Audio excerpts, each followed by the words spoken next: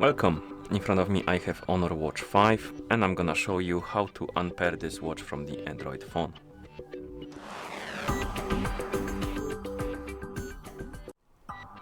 First thing we need to do is to open the Honor Health application on the phone that is paired with our watch. So find the icon of the app and tap on it.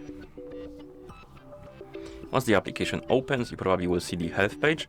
Now tap on the device icon to open the device page, and on it you should see your Honor Watch 5. Tap on the watch to select it, and on this page scroll all the way down, and at the bottom you will see the option called Remove Current Device. Tap on it, tap on OK, and the watch will be removed from the device page. Now we can close the app. We can also check the Bluetooth settings on our watch, but not our watch, my bad, on our phone. So to do that, let's open the settings and then connected devices, Bluetooth and pairing. And we're checking it to see if the watch is right here on the list of previously connected devices.